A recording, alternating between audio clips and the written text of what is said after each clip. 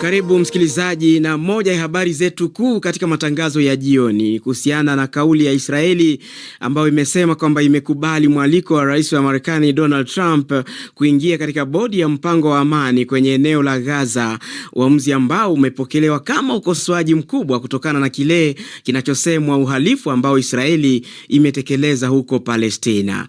Kuangazia hili, mwenzangu Victor Moturi amezungumza na Dr. Eric Irungu, ni mchambuzi wa siasa za kimataifa akiwa Kenya.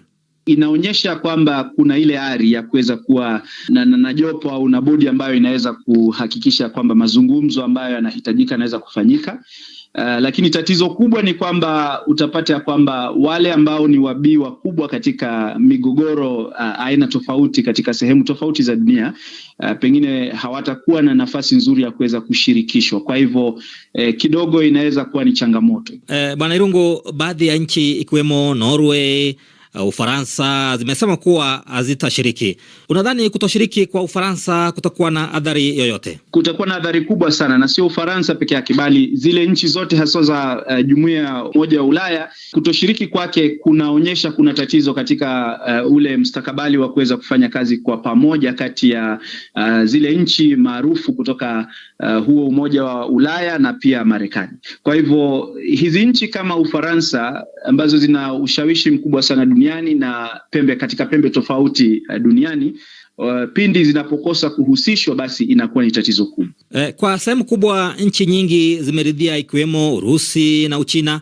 Unadhani Trump amefanikiwa katika azma yake ya kuijenga upya Gaza? Trump hajaweza kufanikiwa kwa sababu ukiangalia yale maendeleo ambayo yanaendelea kule Gaza yanaonyesha kwamba bado hakujapatikana nafasi nzuri ya kuweza kudumisha amani.